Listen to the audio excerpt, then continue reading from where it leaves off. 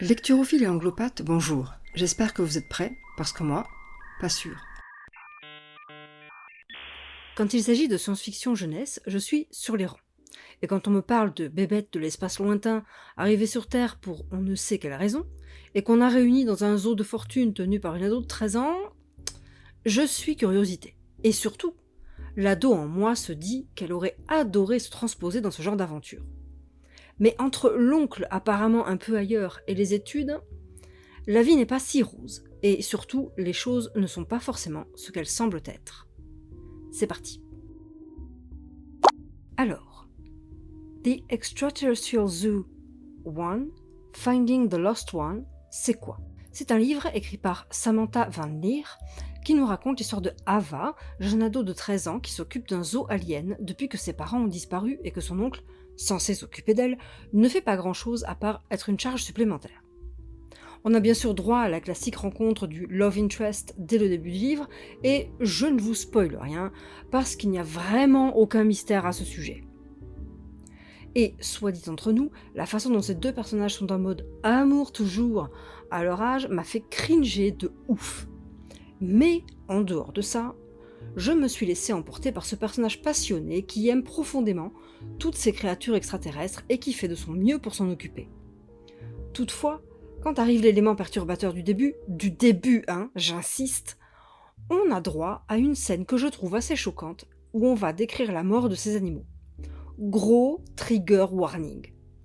Je pense que l'autrice se défendra en disant « Oui, mais à la fin, vous voyez, il y a ça, du coup, ça arrange tout. » Alors, oui, mais non.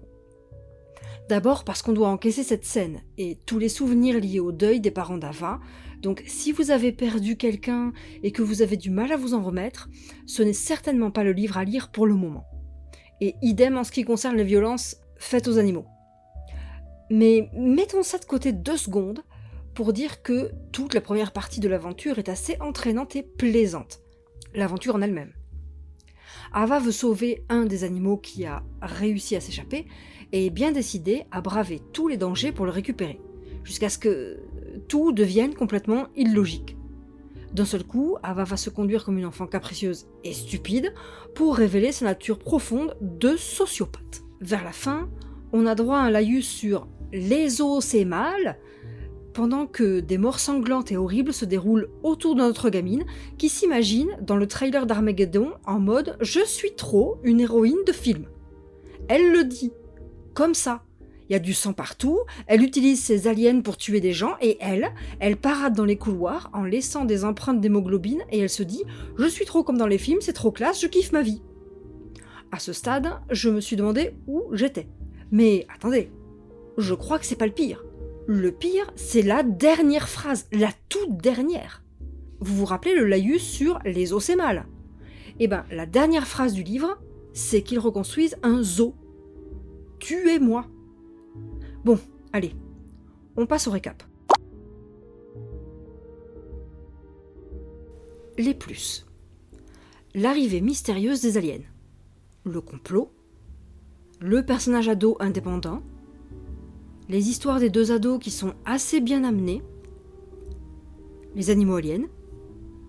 Les rebondissements, même si on en devine certains. Les moins.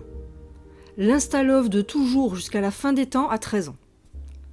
La mission complètement pétée de deuxième moitié du livre. La sociopathie terrifiante dont fait preuve le personnage principal. La conclusion pétée. La violence animale. La violence tout court. Mon feeling, je suis très partagée.